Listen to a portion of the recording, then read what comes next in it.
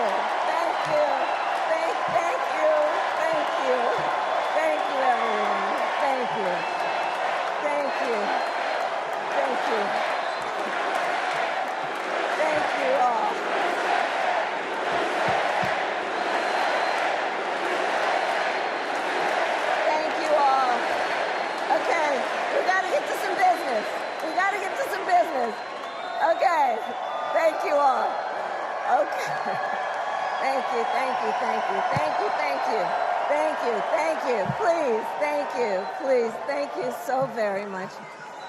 Thank you, everyone. Thank you, everyone. Thank you. Okay, let's get to business. Let's get to business. All right. So let me start by thanking my most incredible husband, Doug, for being an incredible partner to me, an incredible father to Cole and Ella. And happy anniversary, Dougie. I love you so very much. To our President, Joe Biden. When I think about the path that we have traveled together, Joe, I am filled with gratitude. Your record is extraordinary, as history will show, and your character is inspiring. And Doug and I love you and Jill and are forever thankful to you both.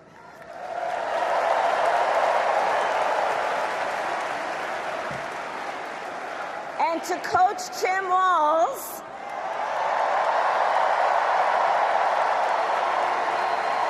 you are going to be an incredible vice president.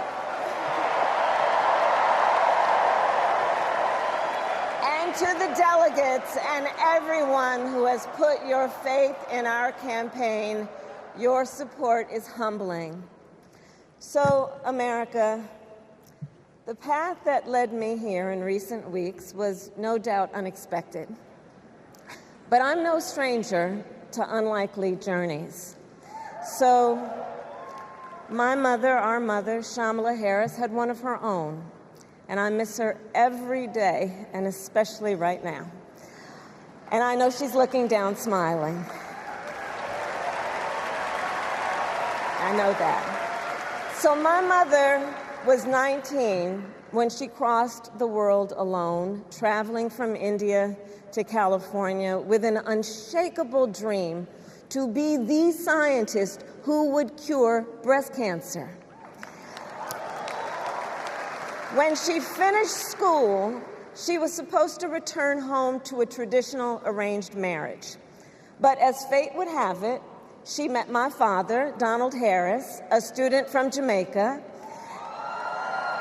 They fell in love and got married, and that act of self-determination made my sister Maya and me. Growing up, we moved a lot. I will always remember that big Mayflower truck packed with all our belongings, ready to go to Illinois, to Wisconsin, and wherever our parents' jobs took us. My early memories of our parents together are very joyful ones. A home filled with laughter and music, Aretha, Coltrane, and Miles. At the park, my mother would say, "Stay close." But my father would say, as he smiled, "Run, Kamala, run. Don't be afraid. Don't let anything stop you."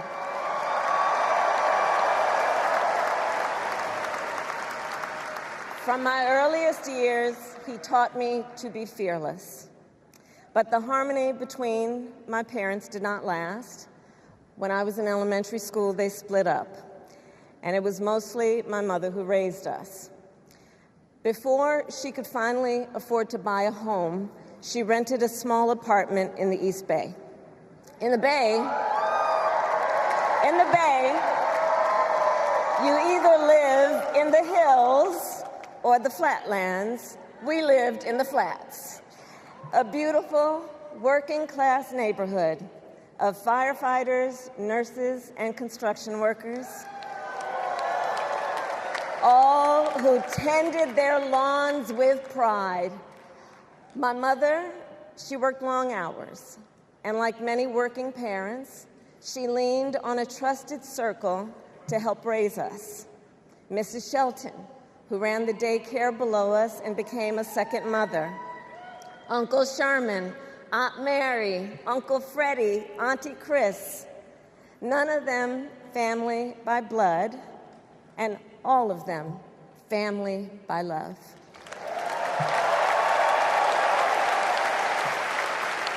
Family who taught us how to make gumbo, how to play chess, and sometimes even let us win. Family who loved us, believed in us, and told us we could be anything and do anything.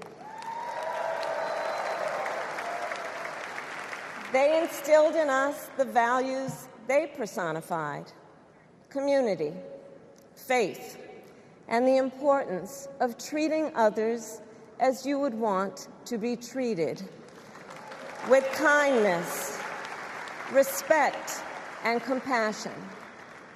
My mother was a brilliant, 5-foot-tall brown woman with an accent. And as the eldest child, I saw how the world would sometimes treat her. But my mother never lost her cool.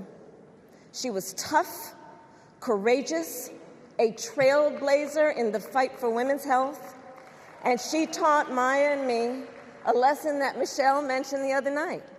She taught us to never complain about injustice, but do something about it.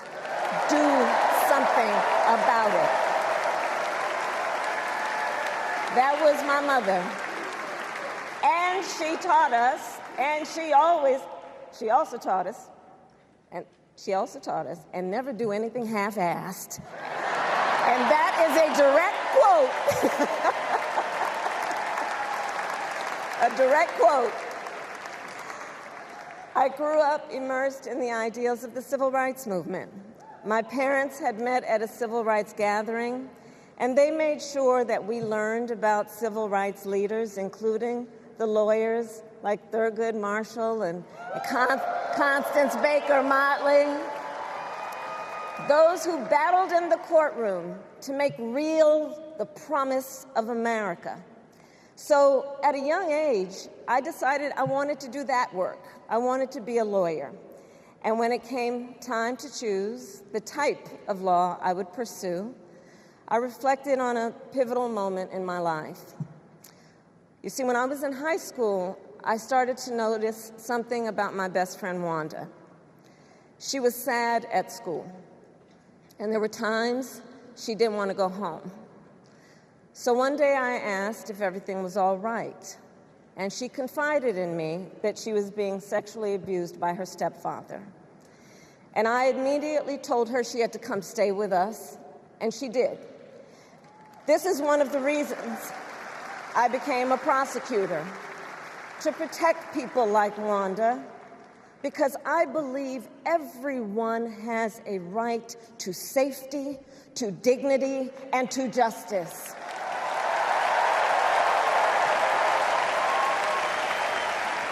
As a prosecutor, when I had a case, I charged it not in the name of the victim, but in the name of the people. For a simple reason. In our system of justice, a harm against any one of us is a harm against all of us.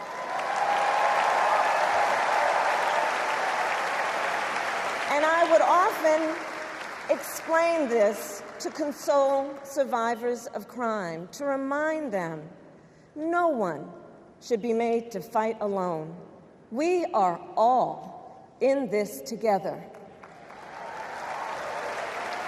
And every day in the courtroom, I stood proudly before a judge and I said 5 words: Kamala Harris for the people.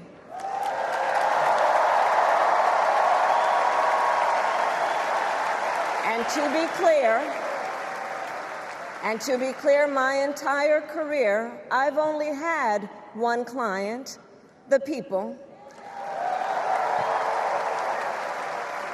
And so, on behalf of the people, on behalf of every American, regardless of party, race, gender, or the language your grandmother speaks, on behalf of my mother and everyone who has ever set out on their own unlikely journey, on behalf of Americans like the people I grew up with, people who work hard, chase their dreams, and look out for one another, on behalf of everyone whose story could only be written in the greatest nation on earth, I accept your nomination to be President of the United States of America.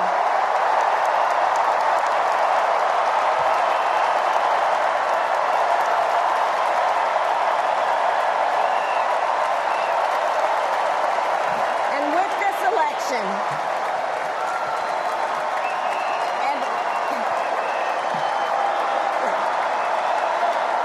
with this election, our nation with this election has a precious, fleeting opportunity to move past the bitterness, cynicism, and divisive battles of the past, a chance to chart a new way forward. Not as members of any one party or faction, but as Americans. And let me say, I know there are people of various political views watching tonight, and I want you to know, I promise to be a president for all Americans. You can always trust me to put country above party and self, to hold sacred America's fundamental principles, from the rule of law to free and fair elections to the peaceful transfer of power.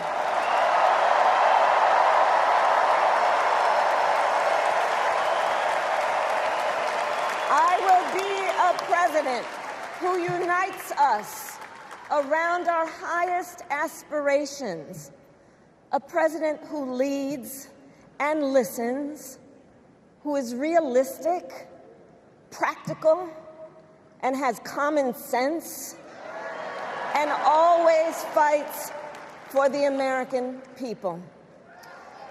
From the courthouse to the White House, that has been my life's work.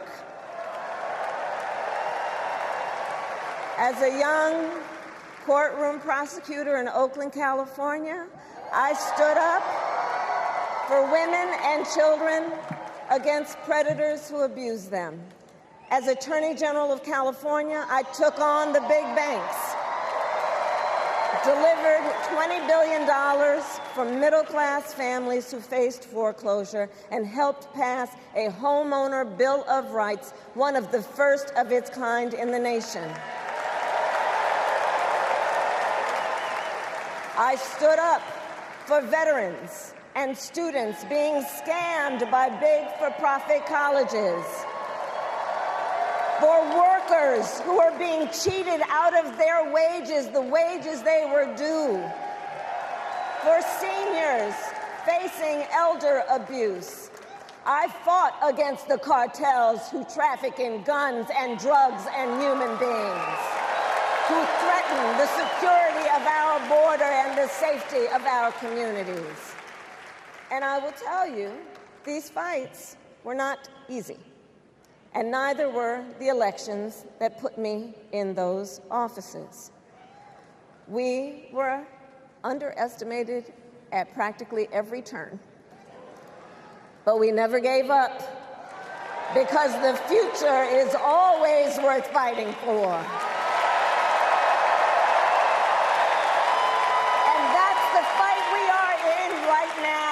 A fight for America's future.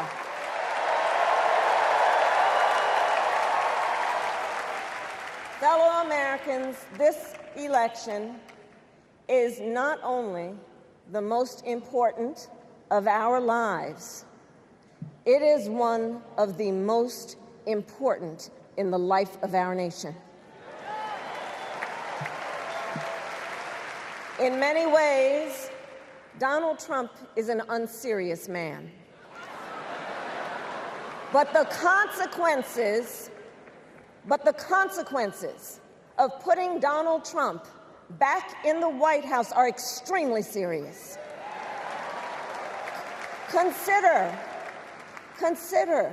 not only the chaos and calamity when he was in office, but also the gravity of what has happened since he lost the last election.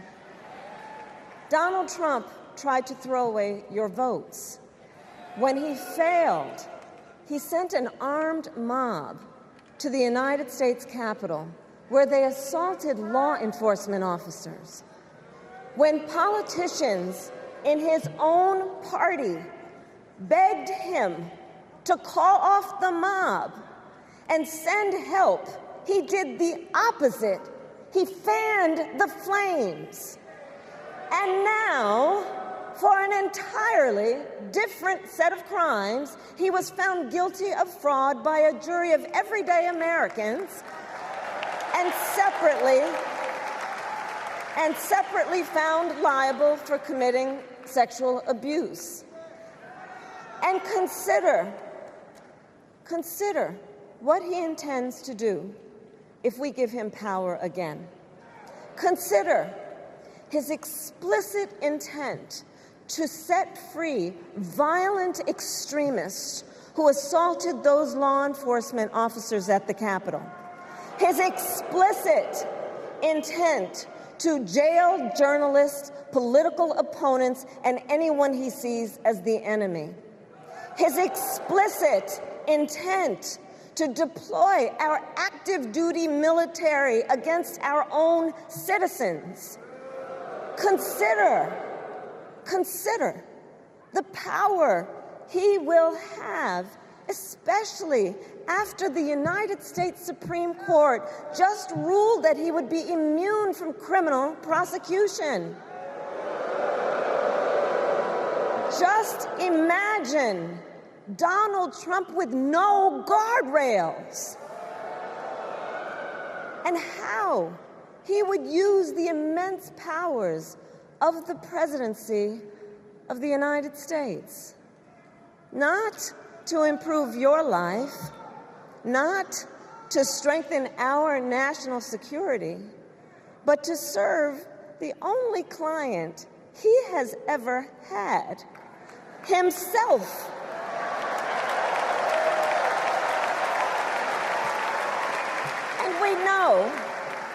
And we know what a second Trump term would look like. It's all laid out in Project 2025, written by his closest advisors, and its sum total is to pull our country back to the past. But America, we are not going back. We are not going back. We are not going back. We are not going back to when Donald Trump tried to cut Social Security and Medicare. We are not going back to when he tried to get rid of the Affordable Care Act, when insurance companies could deny people with pre-existing conditions. We are not going to let him eliminate the Department of Education that funds our public schools. We are not going to let him end programs like Head Start that provide preschool and child care for our children. America, we are not going back.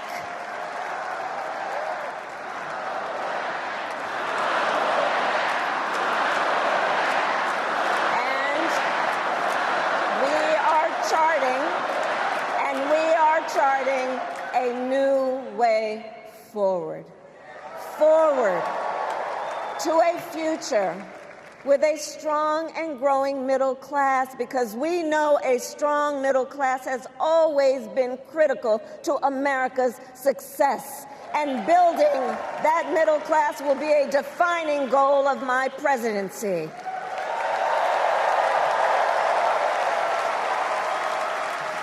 And I'll tell you, this is personal for me. The middle class is where I come from. My mother kept a strict budget. We lived within our means, yet we wanted for little. And she expected us to make the most of the opportunities that were available to us and to be grateful for them. Because, as she taught us, opportunity is not available to everyone. That's why we will create what I call an opportunity economy, where everyone has the chance to compete and a chance to succeed. Whether you live in a rural area, small town, or big city. And as president, I will bring together labor and workers and small business owners and entrepreneurs and American companies to create jobs, to grow our economy, and to lower the cost of everyday needs like health care and housing and groceries. We will provide access to capital for small business owners and entrepreneurs and founders. And we will end America's housing shortage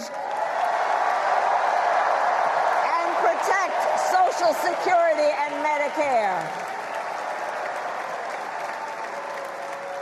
Now compare that to Donald Trump, because I think everyone here knows he doesn't actually fight for the middle class. He doesn't actually fight for the middle class. Instead, he fights for himself and his billionaire friends. And he will give them another round of tax breaks that will add up to $5 trillion to the national debt. And all the while, he intends to enact what in effect is a national sales tax, call it a Trump tax, that would raise prices on middle-class families by almost $4,000 a year. Well, instead of a Trump tax hike, we will pass a middle-class tax cut that will benefit more than 100 million Americans.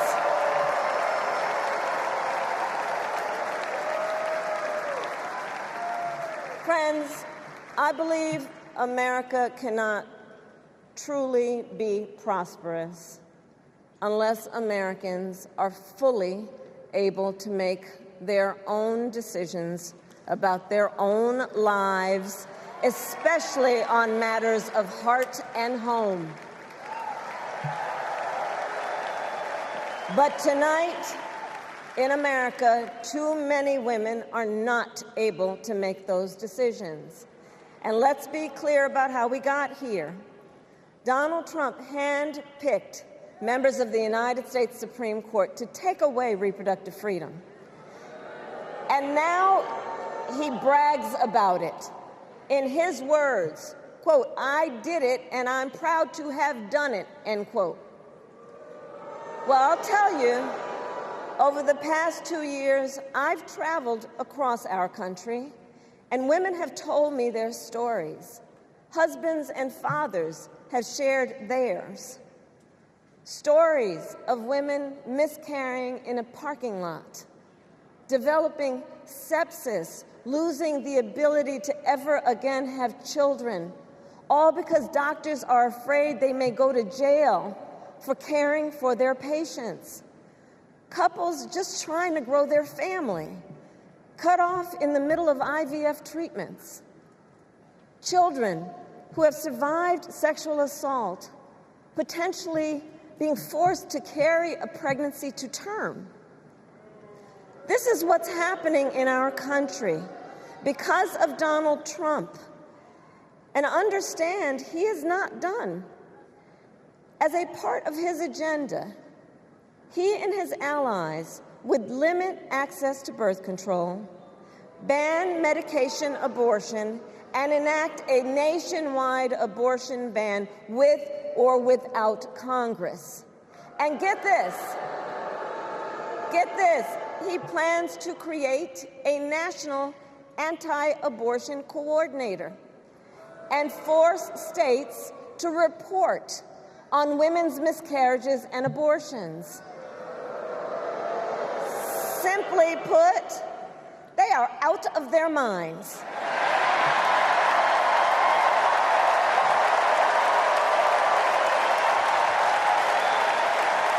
And one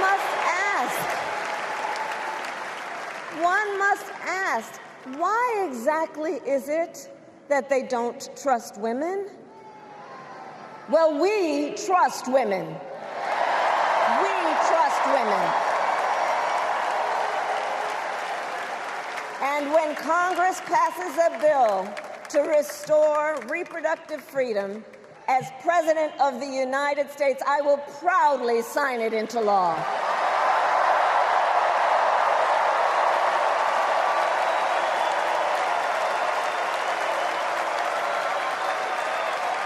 In this election, many other fundamental freedoms are at stake. The freedom to live safe from gun violence in our schools, communities, and places of worship. The freedom to love who you love openly and with pride. The freedom to breathe clean air and drink clean water and live free from the pollution that fuels the climate crisis. And the freedom that unlocks all the others, the freedom to vote. With this election, we finally have the opportunity to pass the John Lewis Voting Rights Act and the Freedom to Vote Act.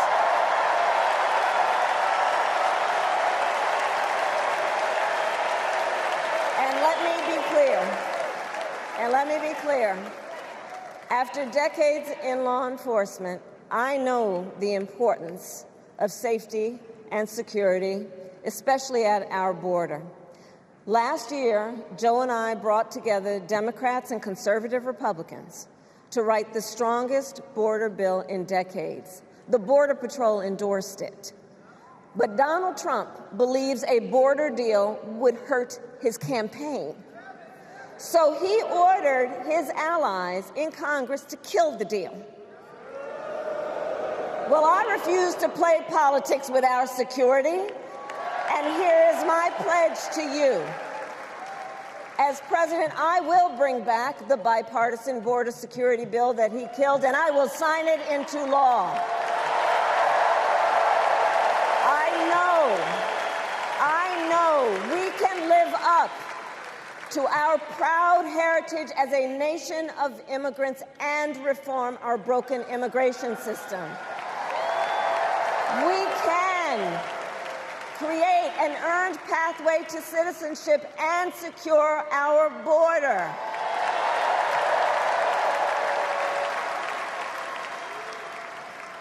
And America, we must also be steadfast in advancing our security and values abroad.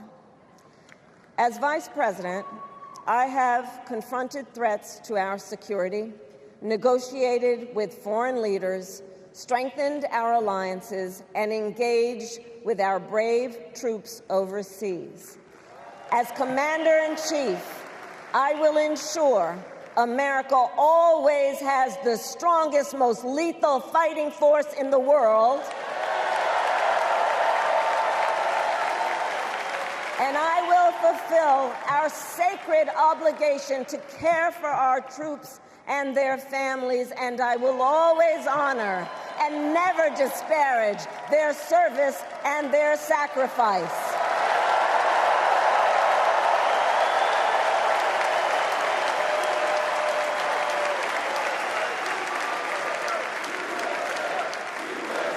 I will make sure that we lead the world into the future on space and artificial intelligence, that America, not China, wins the competition for the 21st century, and that we strengthen, not abdicate, our global leadership. Trump, on the other hand, threatened to abandon NATO. He encouraged Putin to invade our allies, said Russia could, quote, do whatever the hell they want. 5 days before Russia attacked Ukraine, I met with President Zelensky to warn him about Russia's plan to invade. I helped mobilize a global response, over 50 countries, to defend against Putin's aggression. As president, I will stand strong with Ukraine and our NATO allies.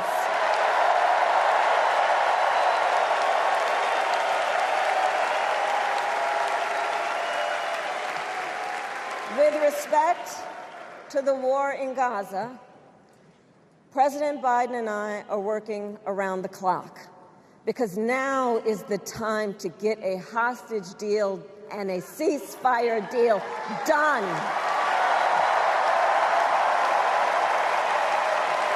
And let me be clear, I will always stand up for Israel's right to defend itself, and I will always ensure Israel has the ability to defend itself, because the people of Israel must never again face the horror that a terrorist organization called Hamas caused on October 7, including unspeakable sexual violence and the massacre of young people at a music festival. At the same time, what has happened in Gaza over the past 10 months is devastating. So many innocent lives lost. Desperate, hungry people fleeing for safety over and over again. The scale of suffering is heartbreaking. President Biden and I are working to end this war such that Israel is secure, the hostages are released, the suffering in Gaza ends, and the Palestinian people can realize their right to dignity, security, freedom, and self-determination.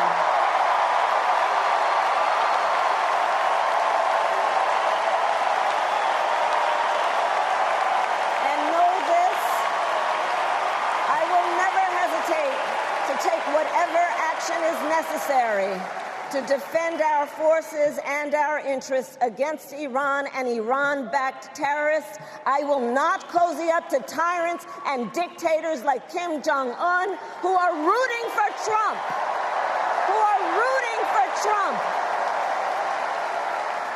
Because, you know, they know he is easy to manipulate with flattery and favors. They know Trump won't hold autocrats accountable because he wants to be an autocrat himself. And as president, I will never waver in defense of America's security and ideals, because in the enduring struggle between democracy and tyranny, I know where I stand and I know where the United States belongs.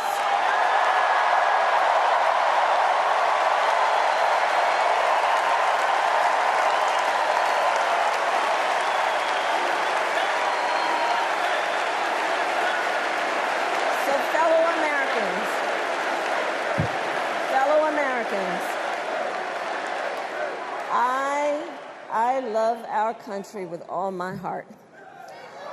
Everywhere I go, in everyone I meet, I see a nation that is ready to move forward, ready for the next step in the incredible journey that is America.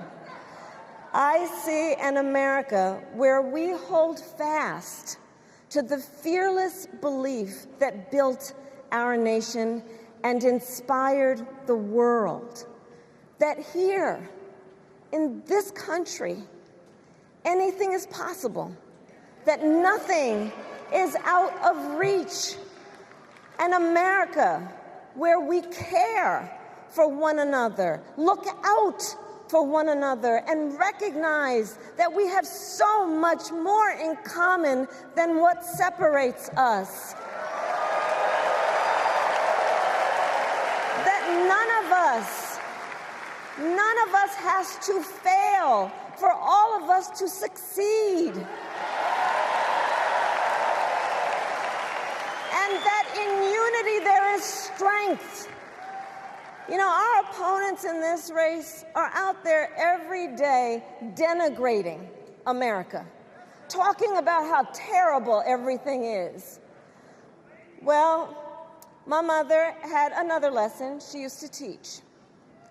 Never let anyone tell you who you are. You show them who you are.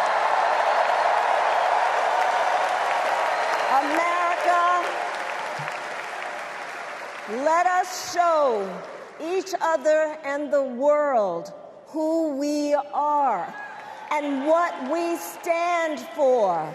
Freedom, opportunity, compassion, dignity, fairness, and endless possibilities.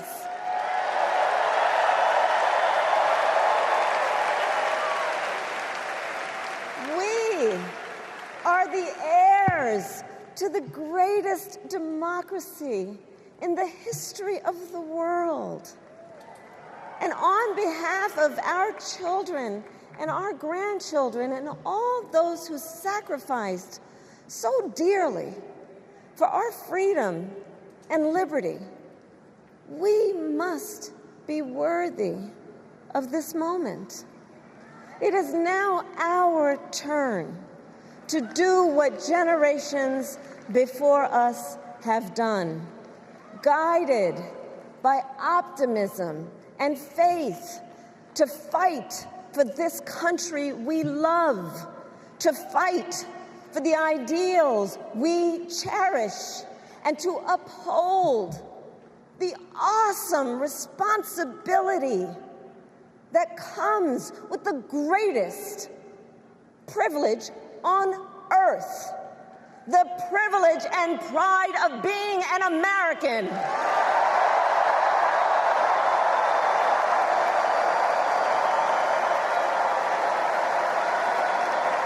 So let's get out there, let's fight for it, let's get out there, let's vote for it, and together let us write the next great chapter in the most extraordinary story ever told. Thank you. God bless you, and may God bless the United States of America. Thank you all.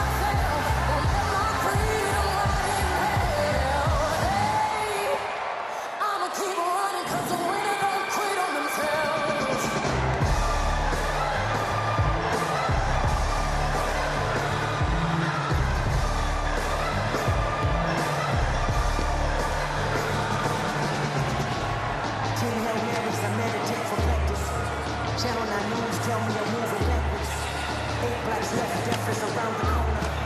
7 misleading statements by my persona. 6 headlights waving in my direction. 5-4 asking me questions on my session. Yeah, I keep running, jumping back, but there's fire actress and Lazarus. Smoke alarms on the paper for promoting. Clap for me, rap for me, clap for me, live for me, breathe for me, see for me, honestly, guiding me. I can be more than I gotta be still for me. Locking me, nation, hypocrisy, don't know me, driving me, wicked, my spirit inspired me like, yeah. Open correctional gates in high desert. Open our mind as we cast away oppression. Open the streets and watch our beliefs, and when they call my name inside the concrete, I pray it forever.